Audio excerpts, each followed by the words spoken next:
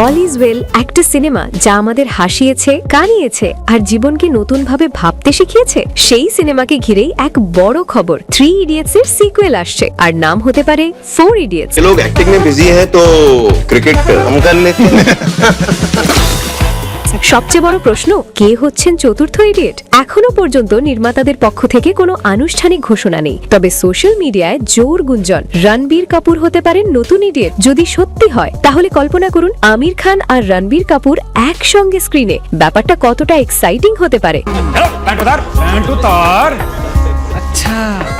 খবর অনুযায়ী চিত্রনাট্য লেখার কাজ এখনো চলমান। গল্পটি নাকি 3 ইডিয়টস এর শেষ অংশ থেকেই এগোবে। কলেজ জীবনের পর বাস্তব জীবনের চ্যালেঞ্জ, শিক্ষা, ক্যারিয়ার ও জীবনের নতুন প্রশ্ন। অর্থাৎ এটা শুধু নামের সিকুয়েল নয়, গল্পকেও আরো বড় পরিসরে দেখানোর পরিকল্পনা রয়েছে। यार मैं क्रिकेट खेल के कोई क्रिकेटर नहीं बन जाता यार।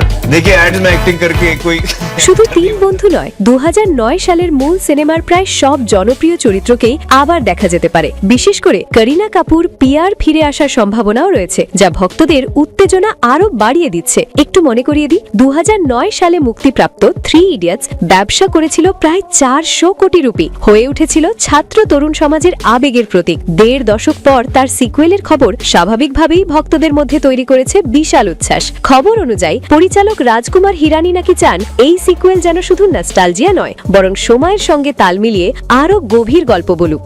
इम्पोर्टेंट हो